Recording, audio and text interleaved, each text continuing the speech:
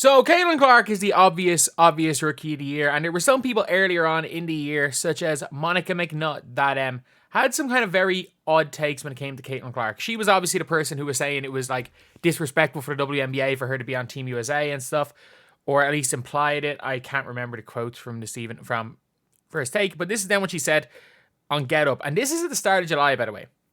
At this stage, Caitlin Clark had already had her triple-double, but also you can see how close this Rookie of the Year race is. Like, in a race between two people, this is very close. Angel was only plus 350. Like, this was not the dumbest take, or the saying that Angel was your Rookie of the Year was not the dumbest thing in the world back then, because at this stage, Angel was averaging like 2 points per game less than Caitlin Clark and was still leading the league in rebounds.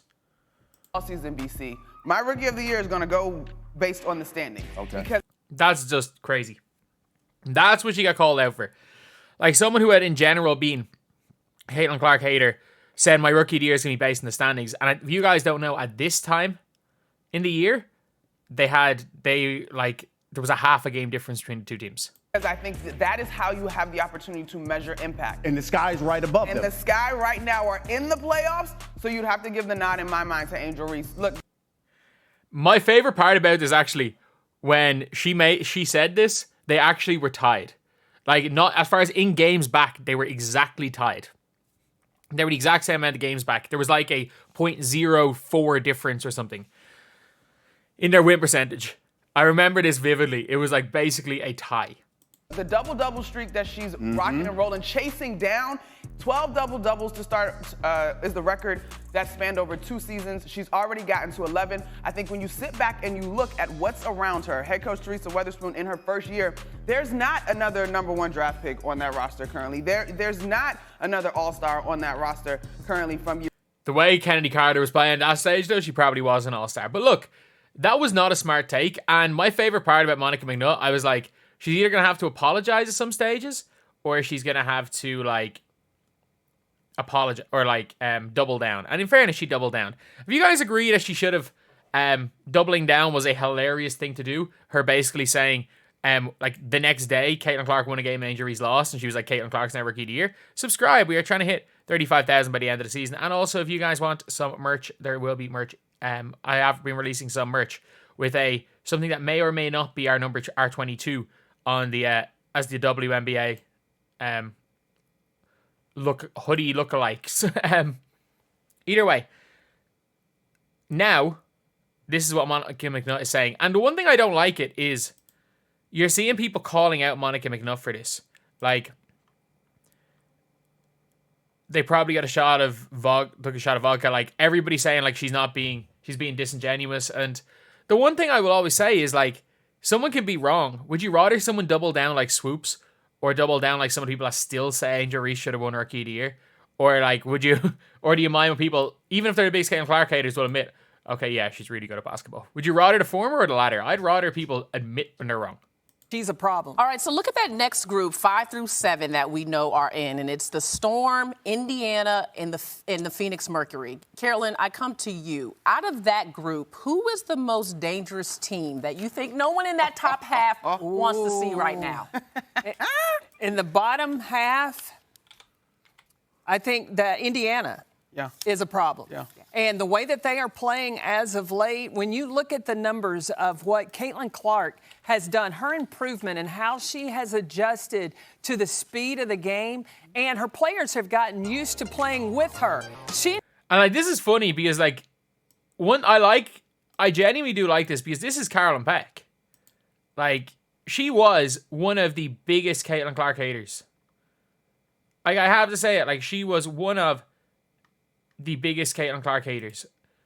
I can't even remember exactly what she said, but I do very much remember that she was a Caitlin Clark hater. And now, the reason why Indiana are so dangerous is because of Caitlin Clark. And again, I would rather see people change their mind than continue to hate greatness. She knows how to lay it out on a dime. Her court vision is impeccable, and now her teammates are ready to catch the ball. They trust she's going to get it where it needs to be. But y'all, the favorite part of my game from Caitlin Clark is this behind the back pass. Come on now. Come on. I love it. I love it. And that wasn't just nice. one time. She does that on a frequent and drops it right there. Perfect. The pass she made to Aaliyah Boston where she got fouled and missed against Dallas was the best pass of the season. She drove baseline and kind of looks like she's going to Steve Nash dribble it and goes behind the back, continues to Steve Nash, continues to cut like the Steve Nash dribble. She gets followed in the cut and Aaliyah Boston ends up getting fouled. To Aaliyah Boston. So let me just sprinkle in, because you mentioned AB. 2 of those highlights, I believe, were a Clark-Boston connection.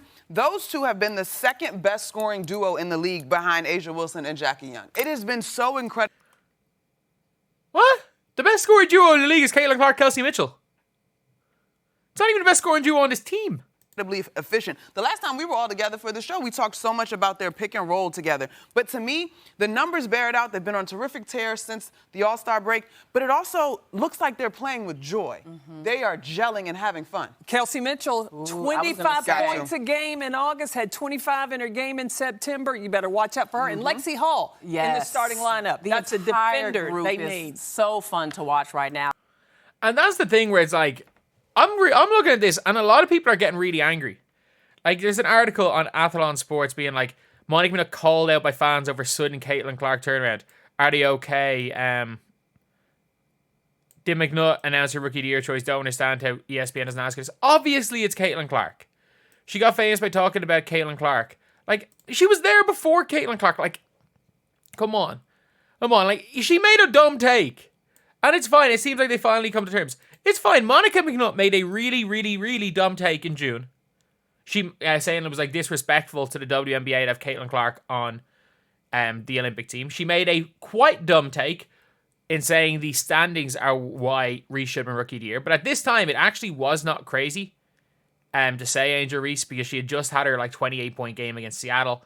Stats-wise, they were very close in points per game at this stage. Caitlin Clark at this stage still wasn't even leading the W in assists per game. I don't even think she was close. She was like 4th in assists per game at this stage. Like, there was an argument there. But then Caitlin Clark had the best 5-game stretch of her career immediately after Monica McNutt said this. And Angel Reese had the stat pad stretch. Do you remember that when they were fouling her? She couldn't get the 10 points that they're fouling her with like seconds to go, dribbling at the clock. Like, it was that stretch. But I don't really care about what someone's take is. I wouldn't judge somebody, especially when someone is making basketball takes, by their takes from months ago. Like, there was times it made sense to have Angel Reese as Rookie of the Year. Heck, I thought when this was made that like I had Clark, but I would have said in all my videos that it makes sense if you've got Angel Reese Rookie of the Year at this stage. There was a stage in the year where I would probably had Angel Reese Rookie of the Year. And then Angel Reese has not been... She started off, like, as Caitlin Clark has gotten better and better every game, Angel Reese probably peaked in June. So, like, there's no argument now. And it's fine to always change your mind. Like, just like in the NBA, most people had Chet Holmgren Rookie of the Year till Christmas. Doesn't mean that if you were wrong at the time, but it does mean that if you've got Chet Holmgren Rookie of the Year in April, you're crazy. Like, it is what it is. It's sports. People are allowed to change their opinions over time. And I don't mind this. Like, I know people are calling them out for this, about how they're changing up, but again, I really, really don't mind this. People are allowed to change their opinions, and I think people changing their opinions is good. Because if you're someone who's not going to change your opinion, that's how you get Cheryl Swoops.